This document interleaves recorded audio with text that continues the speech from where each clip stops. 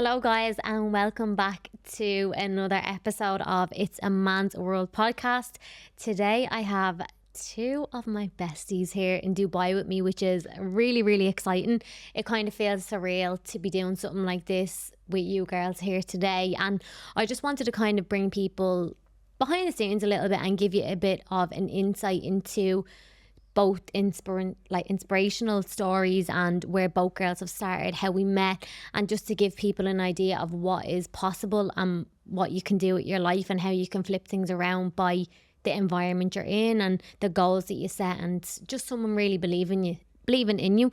So today we're going to touch on a few things. They may be emotional. It probably will be really insightful for people that don't know a lot about you girls as well. And I think it's important that people know about the team as well. It's not just me at Fit Coach Rossi. It's a full team of us, and without the team it would be absolutely nothing. And I think when you meet the right people and the vibe is right, you just know. And I think we know, we get it, we understand each other, and it's taken a while to definitely get there. But when you know you've got good friends or people in your life and they're the right circle, it always just feels right. But I think it might be a little bit harder to kind of interview both with the same kind of questions. So I've got some nice spicy questions in there for both of the girls. So I've got Jade with me here, head coach at the team, and then I've got Grace here with me, who is sales consultant at the team. Some of you people may have met both. Maybe some of you girls work with Jade. Some of you girls might be on the team listening. Anyone that's new as well, you may have met Grace as well on the calls.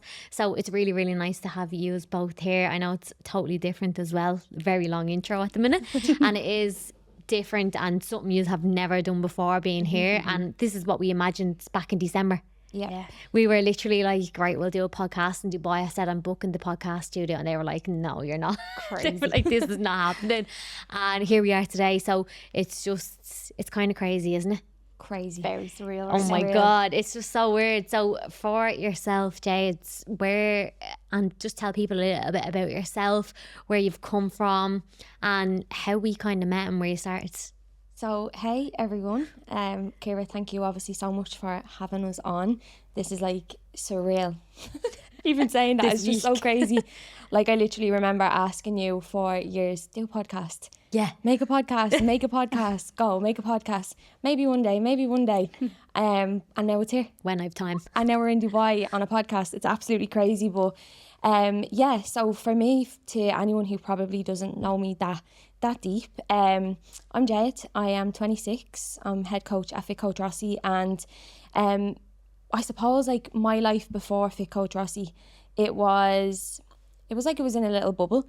I was from this little small place, and it was pretty much like, you know, bread and butter, like go to school, get a job, and just do good, you know. So that was pretty much me. But I always knew that I never actually knew what career that I wanted to go into. But I always knew that I was like, I want to do something good and I want to do something meaningful. So when I was in school, I went from, okay, I want to be a music teacher. All right, I want to do something in music. All right, okay, no, I want to do animal science. Oh, no, I want to do food science. And I would always keep bouncing, keep going to different career days, and I'd get these ideas. But it would always be something either creative or helping somebody else. And now obviously we're here, but I think it was pretty much trial and error for me to get to this stage of my life. But yeah, that's pretty much like where I've kind of came from in terms of background and stuff. Nice. And obviously where we've met too. Yes. Jade is one of my clients, for anyone that doesn't know, and that's where we started back like 7 years ago when I was renting from a studio doing classes nearly 8 years ago in Kilbarrack before I even went to the Unique Physique gym. It was even before that. And I remember when you came, you were by yourself all the time, and you used to be, your mum used to wait outside for you sometimes, or you used to get the bus down. And for anyone that doesn't know too, obviously coming from a disadvantaged area, like what you would say, like to see where Jade is today, like it should really, really inspire anyone that's thinking like that their life isn't going to amount to a lot, that you have the choice. Yes. You know? You have the choice. And I think that before I met you, I was in this such a strange area of my life, because I was doing all the pretty much things that, you know, like teenagers do. I was going to parties, I was doing the drinking, I was But I was never, ever, ever a good version of myself. I was never a happy version of myself, never a healthy version of myself. And I was always like the outcast. So it wasn't that I was always trying to fit in with people. I did not fit in with people, but I stayed in places that I was unhappy just to stay there, you know, just to be like, right, okay, this is where I'm at. But then it came to the point where I was like, oh my God, like even thinking back, like I would not even look in mirrors at myself. I hated who I was. I hated how I looked. And I think that kind of pretty much snowballed into me just being shut off from the world.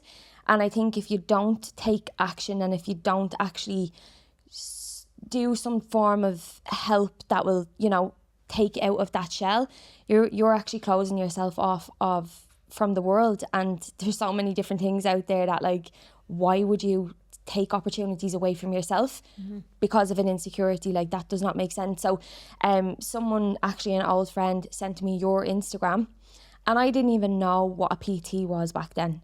I think I was 16 or something like that. I never even really heard of it. It was brand new. And she sent me your Instagram, and I was like, okay. And I remember I always look at your Instagram probably for about a month.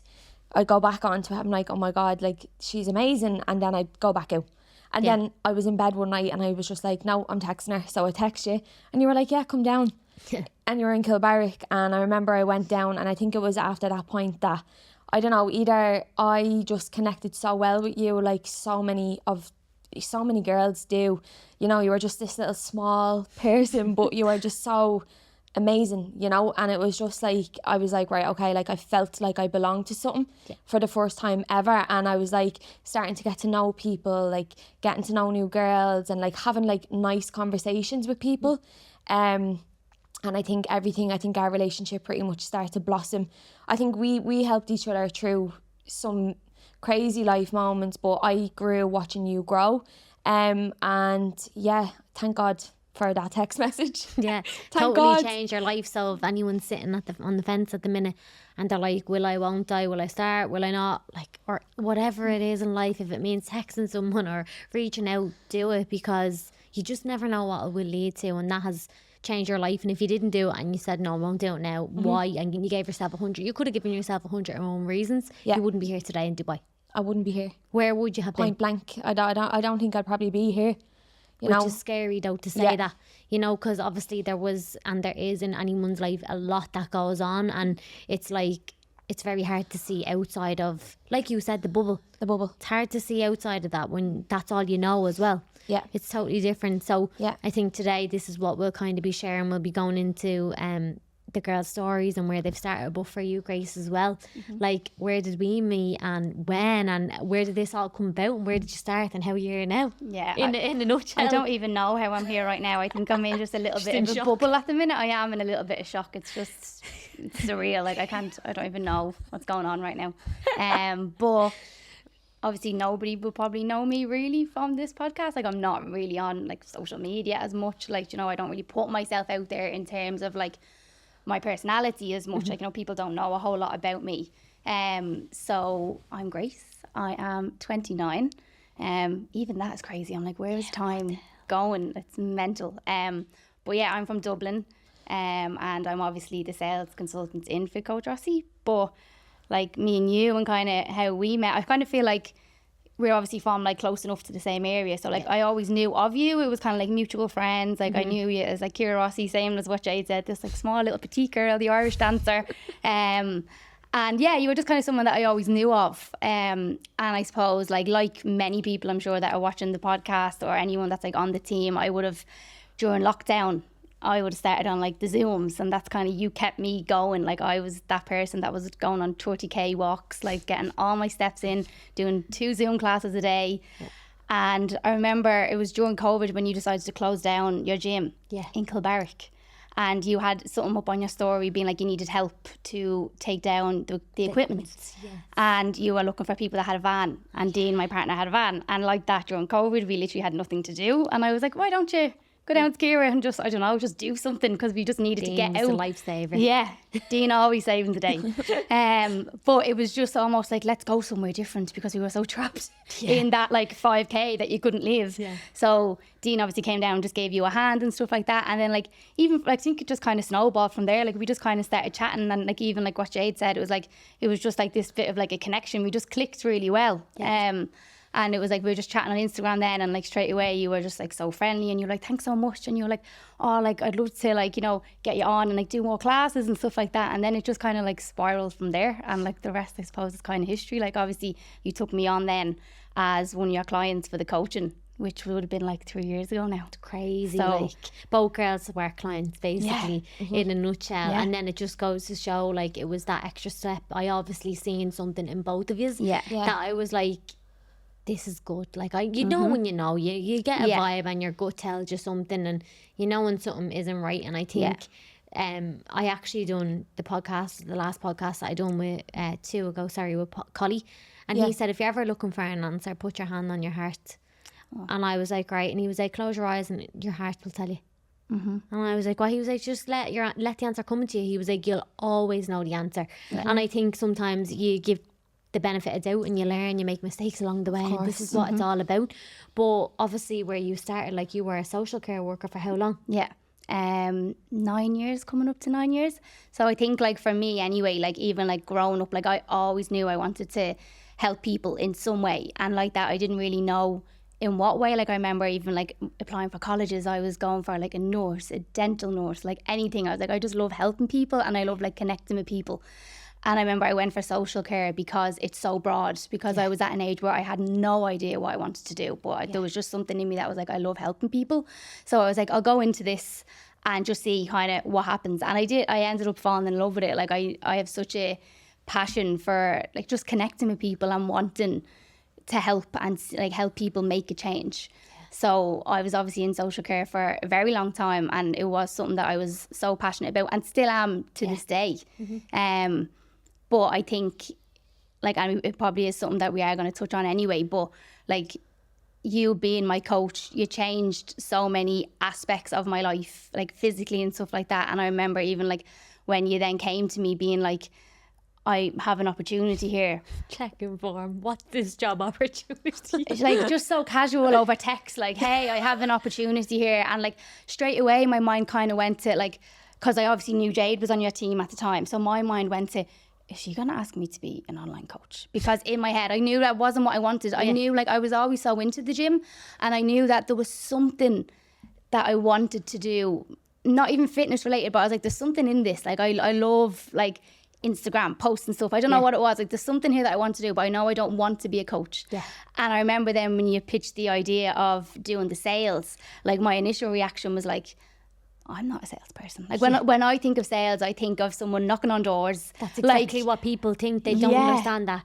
sales is the origin of what everything comes from. You're the first touch point. Yes. And you are that kind of, you're that person, like as in it's connecting to people the exact same way as how I love. And you were actually the one that pointed that out to me. Like I remember we met up for coffee, and like I was still very much on the fence of like, will I, won't I? I was like, oh, I don't know. And you were kind of the one that connected the dots for me almost. Like you made me realise that like what I was doing as a social care worker, it's the same concept, just in a completely different version. Like as in, I'm helping people to make a change. Do you know? So it kind of just lined up. It's weird how things happen. I just feel like, do you know, everything happens for a reason, doesn't it? And I think even now it's like, are we here? This is happening. It is. Is this real life? I feel like we've been saying that all week. I've really spooked up the girls Last since night they at got the here. Borge, we were like, all right, We're this here. is happening. Ciara lives here. Like it was crazy. I know, and sometimes that doesn't settle in for me. I'd be like, wait, what? Like, this is my view, this is my walk, this is where I come to record podcasts with guests. I'd be like, wait, it's until I step out and I go home. Or lately I've been doing a lot of gratification, and I've been journaling every single morning without fail since January. And I haven't missed a day. And I'm like, I don't even have to think about what I'm grateful for. And this is not material possessions. This isn't like, it's a roof over your head, yes, and it's a few things, but like this is deeper. these things come to me of like my health, how I feel, who I am, the person I'm becoming. I'm like, wow, you really do become nearly spiritually awoke. Yes. And you connect with yourself on a different level, and you're so appreciative of everything you have. I think every single day you text me saying thanks so much. Yeah. Like, I don't think you have not said thank you so much for everything. Like, and I'm just like, all the time. And it's like, it just goes to show how much we are in connect with everything that's going on and where we're at. Because these moments pass and you don't realise where you've come from and where you are now. And I think it's amazing that both of you are here. Like, it is emotional, like it is. If we start, we'll get giddy. No. But for anyone that doesn't know, I know you don't mind me touching on this topic. Obviously, it is a little bit of a touchier subject, but you're open, you're honest, you are transparent, and that's what we're all about. We're real, we're authentic at Fit Coach Rossi. It's no bullshit about us. Absolutely not. No, it is what it is. It's black or white. Yeah. No pity. If we're having a bad day, you'll know about it. Like, you know. If we're the no pity committee, by the way. Yeah. That is our group chat. We are the No Pity Committee. But for anyone that doesn't know, or even anyone that is struggling with someone in their family that is dealing with someone that is in addiction at the moment, and how hard it can be to step away and break away from, like, I wouldn't say the norm, but I would say break away from, say, the family, The relationship. How do you do that in a demanding job that's looking for both? Because I've obviously been at a point at the start where I'm like, I need you to do this, and you were like, I'm not letting her down, I want to do this, but you were also being reeled back in a lot. And I would love people to understand what it's like to deal with someone in your family with addiction, because I really think that that's going to help a lot of people. And addiction doesn't have to be drugs, by the way. It doesn't have to be alcohol, nothing like that. Addiction can be personality, it can be anything. Absolutely. So for someone that's listening right now, where did this all start? How did you not break away, but how did you overcome all of this? Because that's pretty hard. I've seen it first-handed, you know. You've seen it. So I think this is something that I have dealt with since I've realised there's something wrong here. So I was a kid and I knew that's not right, and I don't think that's the way anybody should be acting. So where I'm from in Dublin, I'm from Ballymun. Everyone knows Ballymun in Dublin. And instantly when someone says, where are you from? It's like, I'm from Ballymun, and they're like, oh, you're from Ballymun? Anytime anyone asks, you're like, well, do you know where I'm like, I'm from Ballymun. And they're like, no, really? I didn't think you were from Ballymun. Oh my God. I'm like, right, calm down. So obviously it's everywhere, has its good and its bad. Unfortunately, Ballymun has probably more bad than it's good. But for me, so basically, I think there is obviously amazing people in Ballymun. There's very, very hard-working people in Ballymun. Great girls, people doing great jobs, and great families have been made in Ballymun. It's not all bad, absolutely not. But there is obviously, unfortunately, a trend. Heroin epidemic has been in and active in Ballymun since the 80s, and it's never ever going to go away, and that is the truth, unfortunately. So I know a lot of people and families, just from growing up through school, either someone has been affected by either someone who has passed away, or dealing with someone who has been destroyed by opiates, or either alcohol addiction. So I know literally you can throw a pebble across and it's like my auntie, my uncle, my brother, my sister, and the list will go on. So unfortunately for me, in my family, it was my brother who was struggling with addiction, and it was something that I had always grown up around. And I think that as time goes on, and I think as you develop as a person and grow as an adult, you get to make the choice of what you want with your life. And I knew, seeing things, I've seen the roughness of it. I've seen how it destroys people, how it destroys you, your brain, what it can do to you. I've seen the lows, and I've seen the craziness and the toxicness that comes with that. And I've felt every single ounce of it, you know. It's like when someone is active in addiction, they're obviously so sick and, you know, they're dealing with a disease, but it's the people that are around that who are suffering the most. So So many times I've been like emotionally fatigued and burnt out while trying to build a coaching career, while trying to get in shape, while trying to be a better version of myself. So I feel like there was always the angel and the devil, because I was on the left side of the landing and he was on the right side, and it was two completely different contrasts of life in one house.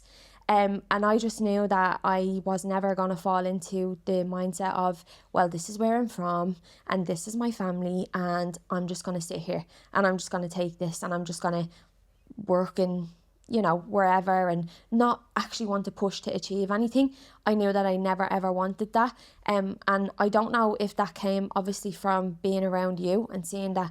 I feel like you're one person that I know that just created life. Like a Wednesday never feels like just a Wednesday with you.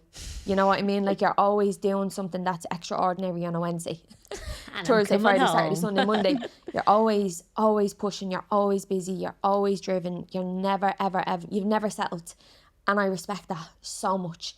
And I was like, I every time I went into my house or I left your car and I closed my door, I was like, okay, we're back here again. What am I dealing with today? Yeah. So when I'm trying to build, I'm also, it was every Monday. Yeah. Remember, it was every Monday. You were just getting broken down. So Monday is the week that our week is starting, our client's week is starting, but my house is falling apart. Yeah. And I'm trying to do check-ins and I am doing check-ins. You know, there was never a day that I never showed up for a check-in. I've never said I can't do this today. Yeah. Never have I not shown up for a class. Never missed a day, because I love what I do. And that gave me that little breakaway of peace for that 2 hours or that 40 minutes, whatever it was. But I think you're not a robot. Yeah. And you cannot take on the world, and you're going to be hurt and you're gonna get burnt out. And you said that to me so many times. You were like, Jade, it's coming. I know you're not going to be able to do this, Jade. It's coming. And I'd be like, no, running off of just survival mode, not even fight or flight. I think I was in survival mode up until this year, and now I feel like I'm living and I'm learning and I'm growing. But I was always fighting. It was never relaxed. You know, I could never catch a break. And I'm not going to say I could never catch a break, but every triumph that I had, gone. Gone like that. Bought myself a laptop. Money was stolen off my cards. There was a list. Yeah. You know, I started doing classes in the lockdown, remember? In the park. I had this red little box with a little stack of savings in it. Built it up, opened it, gone. Just like that. You know, and I've no shame in saying that, because that it is what it is. Mm-hmm. You know, when you're dealing with something that's that harsh and it gets that bad, I don't think anyone on the outside, thankfully I hope nobody, you know, has to experience anything like that. But when you do go through stuff like that, it can either make or break it as a person, and I wasn't willing to let it break me. And I think now, breaking away, emotionally I wasn't ever stable growing up. And that's very evident because I wasn't able to handle anything. I would stress, I would overthink. You knew when there was something wrong. You'd be like, what's wrong? Your jaw. Why is it all tense? What's wrong? And I'd probably start crying. Mm-hmm. Now I'm like, I can breathe. I can think about, right, okay, I'm going to be okay today, you know? But I think to get away from the emotional attachment, it's something that you need to really, really push for. And breaking away and detaching was the hardest thing. For me, I think I had no choice but to detach, because you have to accept that when it goes so far, we're 40 years into someone's life here, you're playing around 25 of them with the wrong things. How am I at only 26 gonna help you? Yeah, I'm half of the you know, life that you've lived doing the completely wrong thing. So we're on two different paths here, and I need to follow mine. So I had to leave, and I had to just break away from what that was. And just as well, for context and from the outside, this is not your heart. Mm-hmm. It's not, I just broke away and that was it. No. This was a long time coming. Yeah. And I don't think you just detached yourself. I think there was a point where you were just like... I nearly lost everything. Yeah. And I think it was like, listen, I'm obviously running the business too. I can see what's going on. I could see it. And I used to be like, what is going on there? And then I used to be like so worried about it as well. And there's only so much. And then it was like, it's not like you have to forget about someone either, by the way. If anyone is like, yeah, you just need to break away and say see you later, because it doesn't work like that. Family is family at the end of the day. And when you have an emotional attachment, and you were looking like out for your mum, you didn't want to leave her, like there's a lot of other factors that come into it. But I think the moment for you was, it wasn't that you just broke away. You did help to a serious extent. Oh my God. It's not like you didn't help, because I would think people need to know that. That's important, that he wasn't just left, he was helped so much. And I used to have so much hope as well. You did. I was part you of got you got dragged in. I was like, no, this is it. And you were literally emotionally bit connected. your tongue every time, and you were like, here, don't bite your tongue, don't hold your breath. And I was like, You were like, Jade, come come on. on, Jade. And you were like, here, I've seen it. And I'm like, what? I And you knew were the like, 10 routine. years on, it's the same. And you knew the routine. I knew the routine. You used to be able to predict the timing, what the drugs he was behaviour, on. the drugs. Yeah, it I was knew everything. absolutely crazy. And I remember as well, when I came up to your house, I remember you just wanted me to come to your house to have a cup of tea. Remember you said to your mum, that's the first time my friend's been able to come to my house and have a meal. I was 26. She was 26. And she said, that's all I wanted to do, was to have my friend to come in and have a cup of tea without sitting on edge and being And that was the tense. best moment ever. Because you'd be waiting for him to come in the door, and then it's like, oh my God, what's going on? And I think it just goes to show how much you've grown as a person. And look what happened. Like, look where your mum is. Oh my God. How has this all changed? Like, So when we were going through, I think after my nanny passed away, I think like those 3 years where his addiction crumbled and we crumbled with him to a certain degree, even though we were trying to help him. And when you are emotionally attached, oh my God, like the treatment is happening and we're all buzzing, life's going to be great, and you know, everything's going to be sorted out, and like, yeah, that's fine. But then the treatment comes.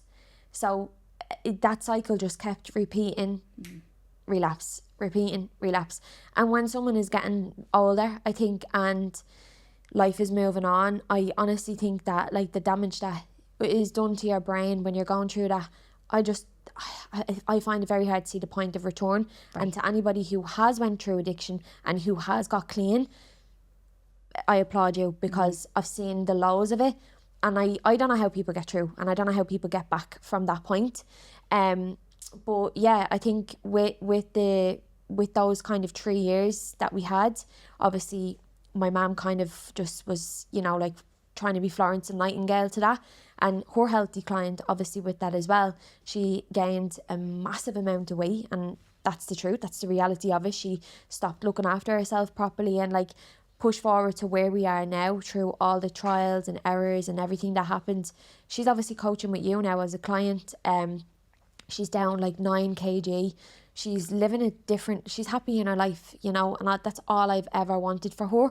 And I could never say, right, you know what, like there was always arguments about like, you're picking him over me. There was these conversations because that's sometimes how I felt as a daughter. And as you would, but then I'm like, right, that's my mum, like, so I need to fight for her and protect her, because of course you're going to do that for your ma. And this just like cat and mouse game went on for years, and then it turned into the point where he just felt I hated him. Nothing about the addiction. So I was the selfish one, I was the golden child. Absolutely not. I'm someone who just wants to work hard and live a happy life. That's all I ever wanted. All I ever asked for. Like literally the simplest of things. So yeah, it was just so toxic for so long. And I got to the point where he was going into treatment and coming out worse. And I don't even know how that makes any sense, but it was the reality of it. You know, and yeah, I'm do you know what? I like with all of everything that happened, and I'm happy that it happened. Like, do you know what I mean? Like I went through some crazy stuff and I seen some horrible things, but I'm happy, because you not to be cliche, but I think you grow through what you go through. Yeah, definitely. You know, and you have to just, if you're really fighting for a vision, and I think if you've got good people around you who make things possible, like you can make a bad day very good, and you've got a good mindset, I think now, you know, it's going to be okay no matter what you're going through. I think just keep pushing forward, you know. And you sometimes, like, you can create your family as well. You know, like you're born with a family, but you can also create a family. And I think like in the friends that I have now, yous are like family to me, and like I'm so grateful to have real connections, because it's so important, you know. For sure. So yeah, I'm happy with what happened. Definitely. It came Everything, true. as mad as it sounds, everything happens for a reason. And Yeah. this has all made you a very, very strong person at the moment where you're at, where you're going. And I think even your move to the UK as well. Yeah. Like, would you have ever done that? No, because you would have been worrying about what's going on. And I think it just goes to show it will take time, but it will happen. But you have to action it. Like, you have to something has to change in order to change. Like, there has to be action there, because if not, you're forever going to be going around the same circles. And that's why people are so emotionally drained and they're exhausted. The same patterns are happening all the time. Yeah. And once you notice the patterns and you address them, as hard as it can be, because it feels a bit foreign to you, and it might feel a bit like, oh, this doesn't feel right because it's not the norm, that's when you need to move. That's when you need to break past it. And we all go through moments like that where it feels a little bit like, God, that's wrong. And that's your gut saying, like, I've never done this before, I don't like it, my brain's telling me stop. That's when you have to fight through what this is telling you and go with this. I think even like for me, like I've obviously walked, and it's just mad how like people are connected, but I've obviously walked in addiction, like, you know, being in social care. I've walked with people that were homeless and entrenched in addiction, like that. And I've seen families being torn apart by addiction. Do you know what I mean? And I think sometimes like you try so hard to help, and like obviously by the sounds of it, you've done everything you could have possibly done. And I've seen, you know, like literally families absolutely killing each other because of what is happening with this one individual. And you think like it's almost that guilt of like, why are we not enough? Why can't we make him better? Like, oh, why can't we help him? But like I've also seen the other side, when families actually finally make that cut, which is the hardest thing to do. But sometimes, and I'm not saying it's going to happen, but I've also seen when they make that cut, that is when the person hits complete rock bottom, because they realise they have nothing left. Like they've lost that support system. So, and I've also seen working with people in addiction, that's when there's a change for them too. You know, and that may or may not happen, but you can't live your life constantly hoping that will happen for him, because then you get caught in that and you're not living. Do you know? So without even realising it, you making that cut could potentially make the change for him. Maybe. There's always Do you know, hope, there's always hope. For sure. And I think that there is very relatable. Like you've worked with a lot of different cases, you've been there, you've been through it, you've gone through it, that it's nearly relatable that like I was the outsider one with this here. Like I would know it, but like I would throw questions at her when she's after getting into the car, and like, oh no, are you sure it will change this time? Like, oh my God, like why how does that even happen? And I'd be mesmerized. I know. So for anyone that's on the outside right now that's listening, like I was like that. I was like, what? How can that happen? Like, how does it happen? But obviously coming from that too, like it's obviously really emotional and on your body very draining as that job. And then in that position there, how hard is it, like from a work perspective of having to deal with that? How do you leave that behind and go home and forget about things like that? Because that's very hard to do, you know. It is very hard, and I think like that's a big thing in the social care job, and I think that's why even like it's very rare for someone of my age to be in social care for a very long time, because the burnout rate is really high, because you're dealing with the highs and the lows of everything: addiction, mental health, like even just heartbreaking situations, like kids being in care, like, you know, like things like that. Like there's so much in it that it's very hard to not take it home. It's not your typical Monday to Friday office job where you can just close the door and you're done. And I'm a very emotional person. I'm a very caring person that like I threw myself into that job. Sometimes too much. Like, and we need the tissues. Like I definitely did get sometimes too attached for my own good. And it's just coming from that place of like, I want to help this person so much. So bad, because it's like I see the potential. Do you know what I mean? Everyone can change, because I've seen situations where I've helped people change. Once you see one person changing, you're like, anyone can do it. And it gives you that push to be like, no, you can. And I threw myself into it so much and the job is so fast paced that I convinced myself that I love the madness. I love the craziness of walking in. It's one of them jobs that you walk in the door and you do not know what you're going to be met with. Like you could be in the most calming environment, and then the next day the whole place is upside down. There's guards outside, there's a fire brigade.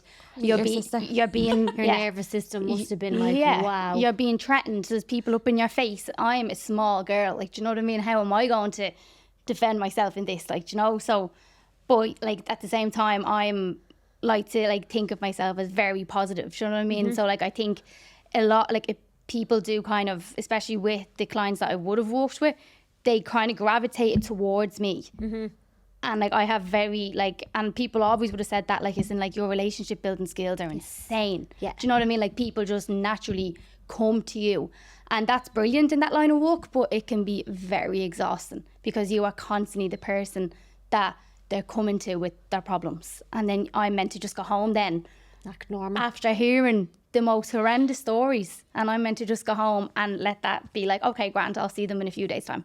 You can't do that. I can't do that. Off. Yeah, no. Your head would always be thinking about what's going on there, where is it at, and for that too, I obviously know that we never know the ins and outs, but we know like that you had an attachment and attachments to obviously the job and to different situations. We don't know, but like whatever it was.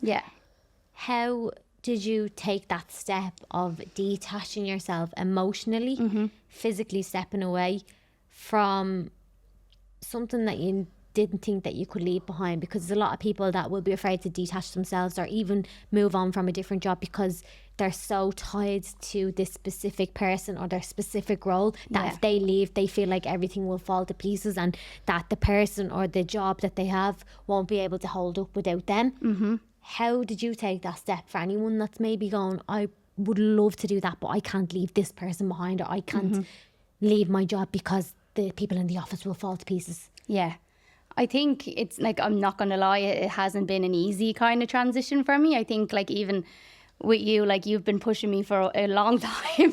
So when are you coming full time? Like when are you going to come full time? And I was very hesitant. I was very much like, I can't, like, you know, like as in this is my job, this is my life, like this, and it kind of falls into that, like, this is all I've done, this is my job, like I'm, like, you know, what do you mean? I can't just go online, like, you know, that's not a thing, like, you know, like as in that's not a real job. And you have other people then in your ear as well being like, you know, well, what about security? What about your pension? What about your this? And you very easily get sucked into that, and like I'm 29. I don't need to be worried about a pension. Like, I'm not going to be retiring for another 40 years. Like, you know, so that shouldn't be the reason why I stay in something, you know? And like, I think it was very hard to detach from the likes of social care.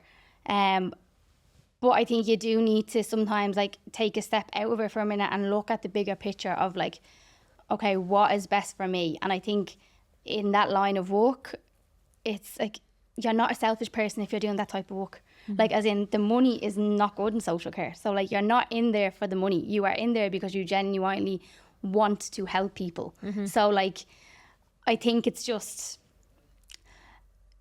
very hard to be selfish in that line of work. I'm not a very selfish person. I kind of give everything to everyone else and I leave myself on the back burner and I leave myself burnt out. And I think it's just kind of taking that time to realise you finally need to do something for yourself. You deserve this. I deserve this. I think I give everything to everyone else and I'm constantly telling everyone else, you have this ability. Do this, make that change. So why would I not then tell myself that? This is a time for you to change and to try something different. Do you know? And I think other people like you, like my partner, like, you know, they've said it, like, as in, why not? Like, just try it. Like, do you know what I mean? What are you actually going to lose? Like that, I'm 29. Like, it's going to be fine. Do you know what I mean? Like, just give it a go and see what happens. And if it doesn't work, grand, social care will always be there. It's that type of job that, like, it will never go away. Do you know? There's always going to be people to help. But it's that reminder of, like, I'm still helping people with what I'm doing now. But I'm also probably in a better headspace myself doing the sales at the minute because I'm actually giving time to myself. Like, you never knew what time was in the last couple of months because you were running from job to job, flat out training, trying to get things in between. There was literally not a minute or an hour of the day that I think as well, like, you have to go through those moments where you burn yourself out, and you have to go through the moments where sheets go down and your whole app in the system dies, and you have to literally do everything from scratch, and you've made a mess of things, and there's been check-ins or messages coming over that you're like, oh my God, I did not need that right now. Like, and what do I always say? I always say, take it with a pinch of salt. You really do. I'm like, take it with a pinch of salt. I remember even things that have happened with coaching wise, and we're like, what? And then it's like, I'm like, don't worry. And you're like, what? I'm like, what do you mean, don't worry? What do you mean? Yeah. I'm like, no, hold on. Yeah. Remember, I woke up in Manchester and I She was like, outside jumped bed. out of the bed to a bad message. And I like literally jumped. It was 8 o'clock in the morning. I'm like, I was like, I'm hyperventilating. I'm panicking. And Ciara wakes up and she's like, what's wrong? And I'm like, no, this isn't good. I said, we missed our alarm. She was like, Jade, sit down, relax, have a shower. I was like, no. She was like, it's all right. Listen, we'll figure it out. And I was like, no, honestly, this is not good. This is freaking out. Yeah. But like that, where is rocking back and forward on a stress horse going to get you? Nowhere. And listen, everything has a solution. Don't worry about it. Yeah. Like, my mum is, this is where I've got it from. Like, my mum was like, don't worry about it. Don't stress. And I'm like, yes. And now we all say to each other, don't stress. Yeah. It will work out. Don't be panicking. But I think a lot of people are going to take a lot of inspiration from that, because such a secure thing to step away from and to do something that is in the same line of helping people and the same kind of value of what you want to do and what you get fulfillment from, but in a totally different manner, where you've got more you time. You've got more time to be free, do what you want, spend time with your family, go in and have a cup of tea with your mum when you want. They're things that we take for granted that won't always be there. Yeah, true. You know, and I think as well, like, obviously coming from traditional Irish mums, by the way, for anyone that is English or anything like that listening, but if you've got an Irish mum at the minute, the most amazing mums in the world, for sure, definitely. like super mums.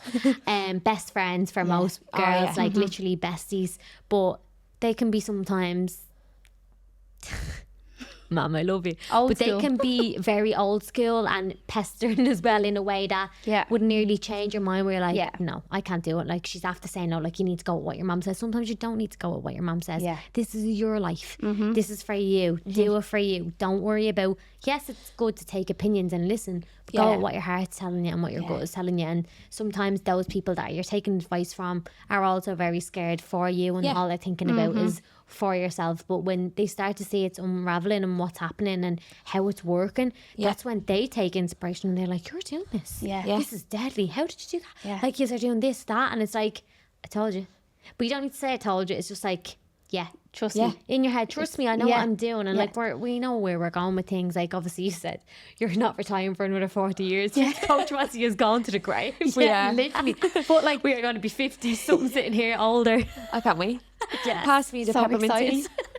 We are literally nannies, by the way. And I think it's important to find your tribe, find your friends that really encourage you. Don't find, like, I'm not saying leave whoever you're with right now, but listen to what people are encouraging you and saying, what their thought process is behind what you're doing. They should support and they should say go for it. And if they don't and they're holding you back, you need to sometimes take a little bit of a step back. Not in a mean way or too obvious, but doing this for me, you don't need to tell people your every step. You know? 100%. And I'd love to know, for you, what has been your pivotal moment or your favourite moment working at the team? Wow. That wasn't on so the question. many to choose from. No. What has been, like, I mean, there's a lot of milestones, I think, now that we've had. I've seen you do a lot of things. I honestly think, for me, like, the fact that we are working this job, and every job or whatever career that anyone is doing, I hope that it comes with amazing opportunities, you know, for your life, and I hope that it's able to give you a bigger perspective to what's out there in the world. I think we come from a place where it's like, if you don't see outside of that, you don't know any better. And for me, I think seeing you obviously over here thrive. Like the other day, for example, this is not really a work moment, but more so what are we going to say? relationship moment, a friendship moment. Yeah. But to see you the other day was Tuesday. No, sorry, it was Wednesday. So it was our first full day here. And you were driving the G-Wagon. And I never And told I him. am not saying, like, we're not materialistic people, by the way. Like, we're not. We like, obviously, like, yes, obviously nice things in We life like a is coffee. amazing. We like a little coffee. Like, we're not Walk in the bougie. We park. don't go out. No. We don't, we don't flaunt things. And I think what you're creating and the lifestyle that you want to live is very important. And I think you can create whatever lifestyle you want to live. And if you want to be as bougie as hell, go and be it, because that's for you. But to see you on a random Wednesday, 12 o'clock in the afternoon, driving down the motorway in Dubai in a black G-Wagon, that was like a moment for me where I was like, holy crap. Bear in mind, we flipped back how many years ago, and we walked into a little studio in Kilbarrack. And I was driving a Punto. And you were driving a Punto, I know, a little Clio, a black Clio. I'll never forget it. And you were still the most fulfilled person back then. And you're still the most fulfilled person right now. And I just think, like, I've seen, obviously, people elevating their career. Not many people stay the same.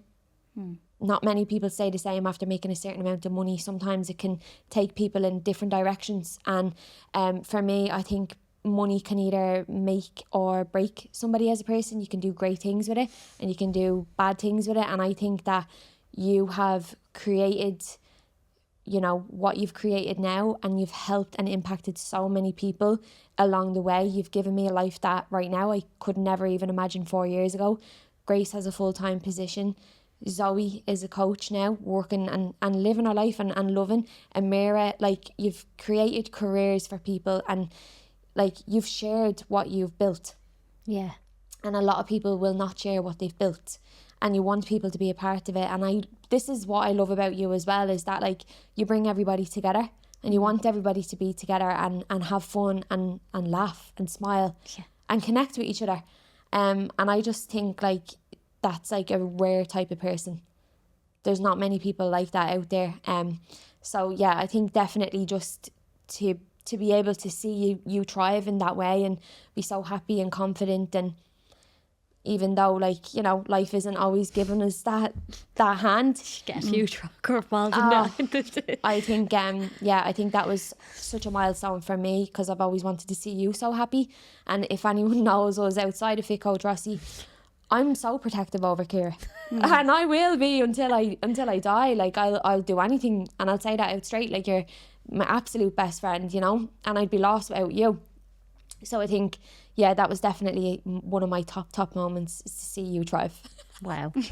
My God. Well, that's really put things into perspective, and this goes to show, by the way, anyone that doesn't know Jade, the type of person that she is the most selfless person ever, and she's a Libra, by the way, so she will always give you a balanced opinion on her side as well. And I honestly could not have got through, like, the last couple of years without working together the way we have. Like, we've done crazy stunts of shifts where we've literally done nearly all-nighters to get stuff done and to have the best things done, everything for events, like even the first event, putting little sticky things on bags, and absolutely exhausted, and we pulled through. And I think now, with more like-minded girls, taking a while to get there, but like for ourselves, like, I know when I'm asking you for an opinion, I don't ask a lot of people for opinions. You probably noticed that, but I'll ask you girls for opinions because I trust and I genuinely love you so much. Like, I am going to the grave with you. No, come on. As much as we all have our crazy moments, but like, it hasn't been easy. No, it's been tough. And I think I've built everything from my bedroom, literally, to my back garden, to the studio in Kilbarrack, to online, to the gym, closing everything down, losing everything, doing stupid mistakes along the way, that I am sharing what I've built with everyone else, because I want everyone else to feel that, and it's all possible. And it's like, this isn't just about me in Dubai and doing what I want. I'm like, I want you to live the best. Like, I ask you girls every 3 months, what do you want from me? Where do you want to go with things? Like, you're like, my goals are to travel. I want to do this, that.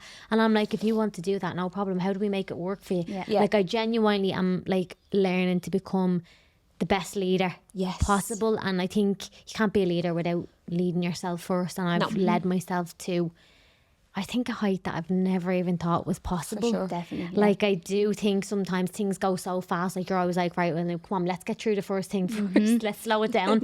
That what's next? And I'm always like, well, what is next? And I'll never settle. And I love that. I will never settle. And that's something that I can say I'm strong about. And I don't think it's a selfish thing either. I think it's a strong ass fucking thing to do. Yes. Because people... Sorry for cursing as well, my mum will lose it. But I think that was a well-needed F-bomb, wasn't it? She let that out there. She was like, whew. But I think it just really does go show. I feel like every time I come onto the podcast, I'm always like saying to people, like, what's possible? Yeah. But trust me, like, this is the tipping stone. Yes. This is the iceberg. It is. Because Anything is it is possible. going to blow. And I am not, this is not all. This is like, there's more to come. I can Absolutely. feel it. You're only starting. Like, that's the thing. No, we are only starting. You know what I mean? Like, this is the we thing. This isn't me. Like, the podcast is something separate, and I love it. I love chatting to people like this, and this is why I love connecting as well, because you hear so many different stories, and like, you hear stories about where you've started, where no one would know. You hear about you leaving a secure, you work full time with us. What do you mean? What's And going we've on? said that the last 2 weeks. Great. You goes, Ciara, Grace is with us full time. And I'm like, yeah, what? And then you were like, Ciara, I've got all these, what am I doing? Like, I've got these hours, like, I've got time to train, no one's going to annoy me, like.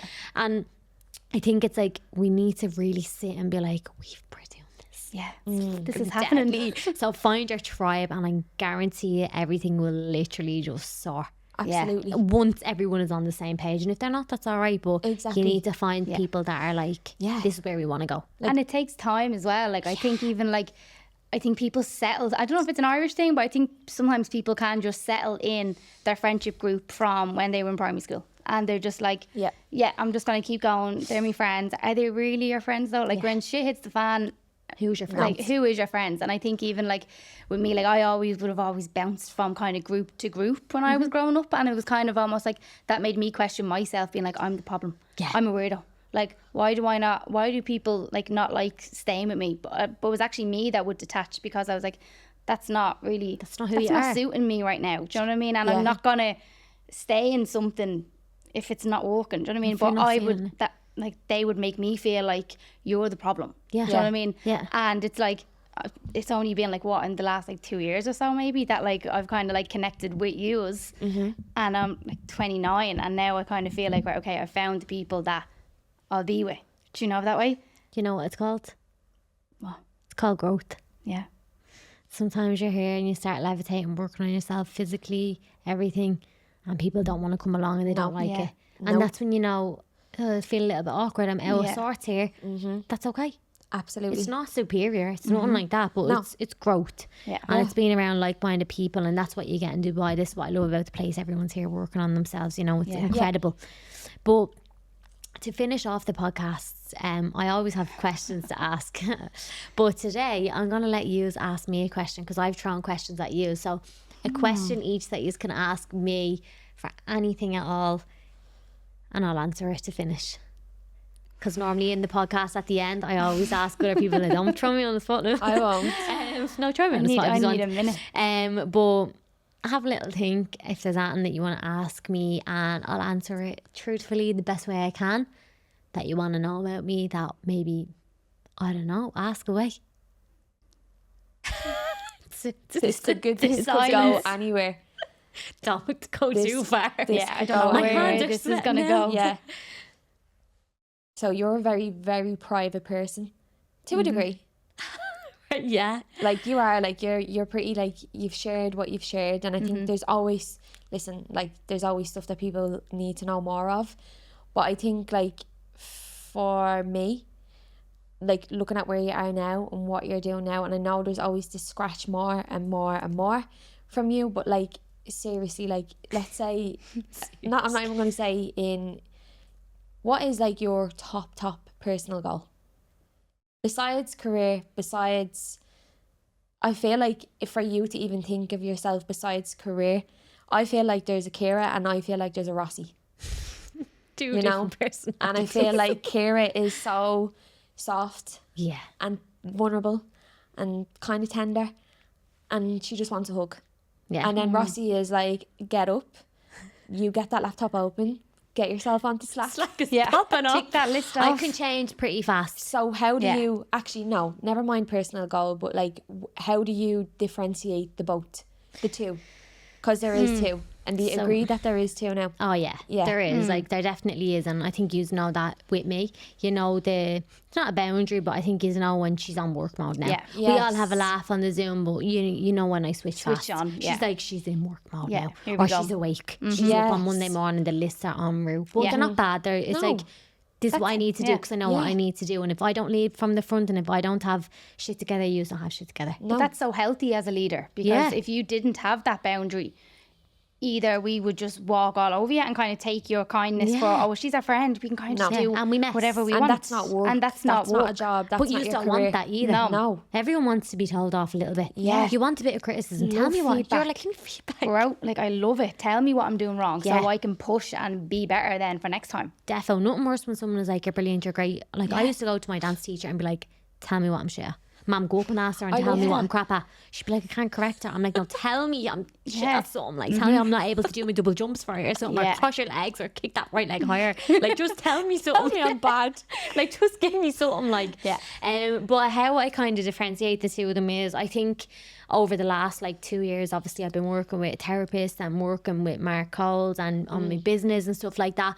And you have two sides of things. So I've got my therapist, I've got my own life goals, I've got my own little personality and my fun sides. Yes. And then I have what I need to do. So there's a brick wall that goes in between the two. And Rossi knows where she needs to get to. Ciara can be a little bit fun and having a laugh sometimes, but Ciara goes off faster than Rossi does. Okay. Rossi goes on faster. Ciara is last. So that's something that I need to balance out a little bit more, because Rossi is like 10 out of 10. She is go, go, go, go, go. Yeah. This is what we need to do. And in a good way, I'm Yeah. like, this is the steps that we need to take. I'm very strategic at the minute. I know what I need to do to work my way backwards Yeah. to get to the next milestone. When we get there, what's next? Yeah. Whereas with Ciara, it's like, sometimes I want to put that to the side because I want to work on this so much because I love it so much. Yeah. But there's a thing that I don't really have at the minute, balance, and kind of like, but I think it's kind of because I haven't really found what balance is to me, No. because I'm so passionate about what I love. Yes. Balance to me isn't doing nothing and going out and going for a meal. That's not really balance for me. No. That's kind of on the side. Yeah. And I'm always itching to get back to this. I know. So like the Rossi side weighs out the Ciara side as the person at the minute. Yeah. But I can switch it pretty fast, and I don't know how that kind of happens. I think it's because I really know who I am. Yeah. I'm very secure in myself. Yes. I know the people that I want to be around. I know the person that I'm becoming. And I know who I want to be in a few years. I know I'm going to be a mom down the line, Yeah. which is going to be crazy. Like I used to be like, no, not for me. No, not yet. Anytime soon, by the way. Like keep that in your mind. Like don't even attempt to come near me right now. Kind of going through a life a crisis at the moment. No thanks, please. This won't be released for another 2 weeks, so we can kind of talk about it now. No, I'm only messing. But I'm sure people will probably revealed. suspect anyways. Drum roll. Most people will ask me anyway, but I think I can switch pretty fast because I know who I am, and then I know what Rossi needs to do to get to the goal. Yeah. So that's how I know. And when you don't know, and when you're confused, and you let your personality and your funness take over your business, well, then your business is going where it is. Yeah, for sure. And the financial freedom and supporting you girls and making sure you are living a life and financially free and being able to go places and do things that you want to do. Yeah. I have to run Rossi faster than Ciara. Yes. And Ciara comes there with the therapist, and she knows who she is and she knows what she's doing. She's just there. Yeah. Rossi is the accelerator. She's like, pew. And everyone says to me, when you go full steam ahead, you fucking don't stop. I think you tap like 500 words in 2 minutes. Well, it's after Or going even more. It's I've after never going heard more that in the before. last week. It's like I had a moment before I got here, and I was like, yeah. You don't even get a chance to reply. You're smart. replying to one thing and then there's 10 more. I'm like, how Or are I'll you go doing off the other phone. Oh, the two phones. Let's not. Yeah, no, I am. Pixie fingers. I'm crazy. I can go fast. Like, I really can. That sometimes it can be a lot. Like, even today with the Zoom meeting, everyone was like, I go, has anyone got any questions? We were like, no. So yeah, that's probably how I do the both. But it takes time. It's taken a lot of time, and I think it takes a lot of failure as well to realise that, like, if you want this side to go fast and be happy and be able to live the life you want to live and go the places you want, you have to push, Rossi, and you need to push the business to get yourself there. Yeah. And these people are also relying on you, so you need to be, Ciara needs to be emotionally stable majority of the time. And we feel like that about you as well. It's like if we're not, like, there is no, you know, having, yes, we all have bad days, but like we can't fail because you're doing so much as well. So it's like you're pushing so hard, but like we're also behind you. Like, so when there comes a day if you need to fall, not Which fall, I will. but you know what I mean? Like if you need to just sit down for 2 seconds, like my biggest goal is like for you to have that full trust that you're like, all right, I know They that have Jade it. will be able to handle that. Yeah, If and I do ask know her, that as oh, well. I know. Even then- this morning I asked, as I said, like, next couple of weeks are going to be tough with prep. I've got a lot going on. Yeah. We all need to come together that little bit more, and I might need help with this. So I let go now, and I let you take a little bit more responsibility, whereas at the start I would need to, and that's just with training though. I want it to be the best. I want it to be that you know what you're doing. I want you to be comfortable and confident, Yeah. you know? And then with like obviously being an entrepreneur, like obviously like going through the years and building up everything that you've built, like let's say which you don't take many holidays, like you work, obviously you live abroad, but you work so hard, you're like 6 to 11 p.m. at night. You know, you might catch a bit of sun on a Saturday, possibly. If not, you're probably going to have maybe a 20-minute nap. Go home, boy. You know, but like if you were to, like, let's say, like, obviously you hear of people dealing with guilt a lot of the time when they're an entrepreneur. Like, is that something that do you ever get the fear of, like, you're not doing enough, or like you feel guilty if you were to take that 1 extra hour in the week in the sun? You know what I'm saying? Like, are you controlled by like the fear of not doing enough? No, No, because I know I do enough every day. I never have the Confident. yeah, I know what I'm doing. I'm like, you only have guilt when you know you're not doing something. yeah, That's when guilt comes into play. You know you're not doing something, so you're guilty by conscience. It tells by straight away your actions. But if I can take an hour in the sun, that hour is put in time wise into my diary, and that's how precious I am with my time. yes, My time isn't just, I'll take it because I can, I'll do that later. No, it's not. I've got shit to do. I'll get that done first, because I won't be able to sit at the pool without knowing that that's done. Yeah. Do you get me? And I think that's taken a while. I've never really felt guilty now, because I'm quite a selfish person That's in true. terms of my goals. yeah, And that's, I think, why I'm here today. yeah. And for that's sure. it. There's no really beating around it. Yeah. You know? Hopefully that was a good answer. 10 out of 10 answers. Great. Nailed You the it, quick question for fire. me for the Yeah. final one. Okay, so I think obviously with you being the entrepreneur that you are, everything is always business related, work related. Everyone wants to know how you grow the business, how you do that. But like in terms of the personal side of things, you know me, I love to plan. You're always asking me like, when are you gonna get married? When are you gonna have kids? So now I'm more thinking of like, you're so inspired by your mum. Like you always say, your mum is the reason why you have such a drive, and you always want to do well and bring your mum places and show her the life. So if we're looking at you, obviously you touched on earlier that you do eventually want to be a mum. It's kind of like a two-part question. So first of all, how do you feel like that will work with the business side of things? Do you feel nervous about that? Is that maybe a reason why you sometimes say not just yet, because you're conscious of how that might impact the business side because you are so go? And then the other part is, what are like the lessons that you want to teach your little mini Rossies that start running around? Like, what are the values you want to put onto them? They're going to be superstars, first of all. They're going to be competitive. Fucking better win. Yeah. No, I think when you've asked me that question there, about my mum, comes back to your question there that I didn't answer. If there's anything I'm guilty about, is spending less time with the people that I love. Yeah. And that's my mum, my nanny. I haven't had much time for them, and every time I come home, like I come home at Christmas and we're getting ready for a January lunch, and like, you know what it's like. Oh, yeah. There is no Christmas. There is Yeah. no, like, there's a few hours off at Christmas Day, and then it's like That's back it. to a Stevens Day. Yeah. But for me, I want to be able to go away and bring my mum with me and have a nice girls' holiday and do something like that. Yeah, Like I need to make time for that. But she understands, you're doing your bits, you're doing your work, you don't let me stop you doing that. And I'm like, she gets it. At the start Absolutely. it was like, are you working? I know. And I'm like, yeah. She's like, give yourself a day off. But now she doesn't even, she's like, yeah, you do it. Yeah. I'll be down here reading my newspaper. Yeah. I think when she's seen here, she was like, Her you go. mindset changed. Yeah. She doesn't mind. But I think I'm not scared about like having kids because of the business, because I know it can run without me as well, which is the most amazing thing. I'm confident that the team I'm building and how I'm training everyone in and the way the systems are, that I can hire anyone in the world once if they fit the brand and the values and who they are as a person, that it will run by itself.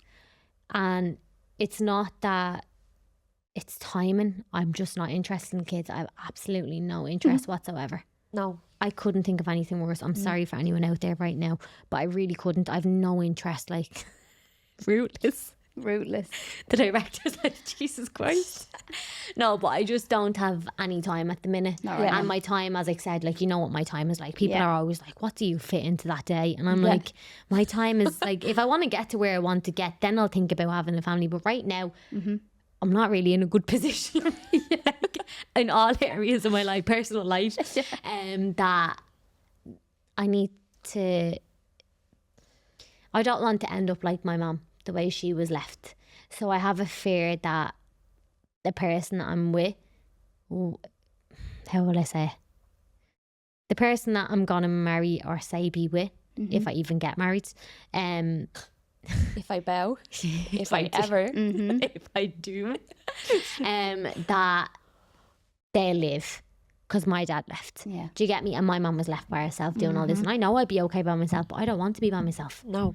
You're meant to share your life with someone else, and I want to be able to do that. Yeah. But I think it's very hard when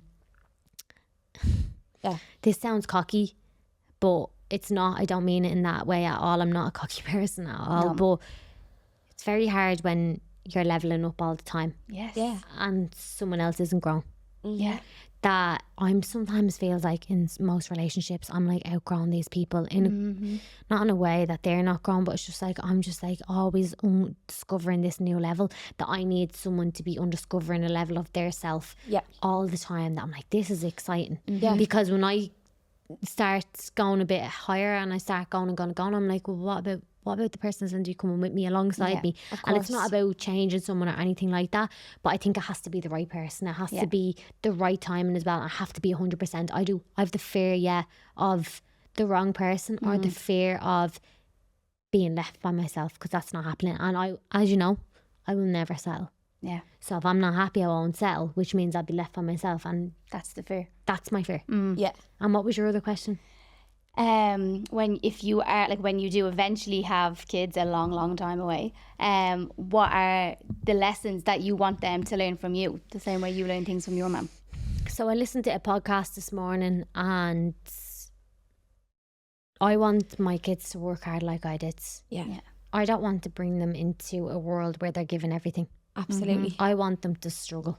Yeah. I want them to know what it's like to not have 50 cents in your pocket for an ice cream. Yes. I want them to understand that, like what my mum was like, I don't have money to give you for lunch today. It's not you just get it because you want it. No, I don't have money to give it to you. Look at my purse, it's empty. I'll be doing that. Look at my purse, it's empty. Yeah.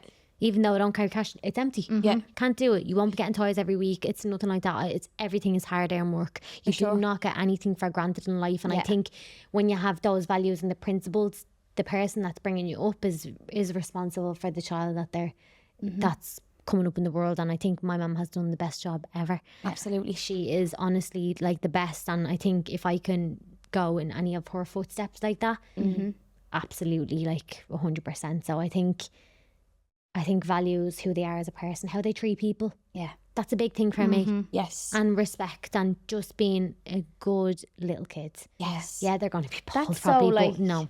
But it's so, I think that's just so undervalued sometimes. It's just like people just being nice people. Like, you know, just a smile every time you walk by someone, like a little hello. Like, you know, I was in the lift today and we were coming down and there was an Irish man in the lift and I said good morning to him and he was like, you from Ireland? And I said, yeah. And he's like, I'm from Kildare. And then we chatted the whole, it was only a couple of minutes, but we chatted.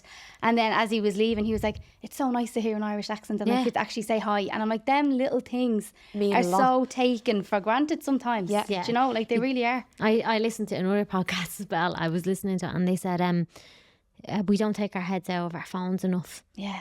And like we're in the lift, you take your ear, everyone's in their phone in the lift. I'm like, does no one say hello to each other? I'd get in and I actually sometimes leave the lift feeling hot because I'm like, I feel awkward because I got in and said hello to everyone. No one was even paying attention. Yeah. I was like, this is rude. Or don't like the way some people treat like the taxi drivers or people that are a little bit lower over here. Don't like that at all. It's like everyone should be respected for as human beings as who you are. Yes. No one is better than anyone else. You know what I mean? And I think that's something that you can see. It's not a lot, because it can happen anywhere in the world, but I think how you treat people and how you show up every single day and who you are as a person, if we can have a little bit more niceness in the world and kindness, we'll be a better place. 100%. So if you can bring little baby humans into the world and they can be like that, well then you're doing a good job. It will be a good world. It will be a good day. For sure. Yeah. So hopefully that answers. Amazing. Yeah, definitely. But oh my God, that actually flew in, but that was honestly amazing. I really can't wait to listen back to this. And guys, if you want to ask any questions or pop anything below, you can find Jade on Instagram. Same with Grace. If you want to have little Grace travelled a lot, if you want any itineraries, she can tell you where to go. But honestly, this week has been pretty tough and you have had to come alongside it. But as you said, once it rains, we all put the umbrella up and we go together. Is that what you said to me today? This week? I said if there's a storm, then we can all stick our umbrellas up together. Yeah. And this week has been very, very hard. And obviously the week that you are here, it's like, it's not ideal, but it is what it is. Yeah. And I think the universe sometimes gives you signs for a breakthrough. And I feel like this is definitely it for all of us. And I'm delighted that you are here in Dubai. You've got to experience this week. And I really wanted just to see what it's like outside of Ireland, what it's like outside of Dublin. You've done a lot of travel, obviously, yourself, but what is possible and what the world has to offer, and just being a little bit more open-minded, imaginative, creative, inspired. So I really hope that has done it this week, and I'm sure these are probably still jaws open. We're still so goofed right now. Everyone's like, I think what? We're just like everyone's like I left my job 2 weeks ago. It's just crazy, like, and we're here today, like, and you're not going home to be like, I need to get ready for my shift or whatever. It's just like this, but we're working here together. And I just want to say thanks so much for everything that you have done and for trusting me and for letting me bring you to a new level alongside me, like together. That definitely won't let you down, for sure. Hardly. And this is definitely only the beginning. So guys, thank you so much for listening. If you have any questions, as I said, pop them below, and you can find us on YouTube or else on my Spotify channel. But please do let us know how you get on, share it if you can, and thank you for watching, and we'll see you on the next one.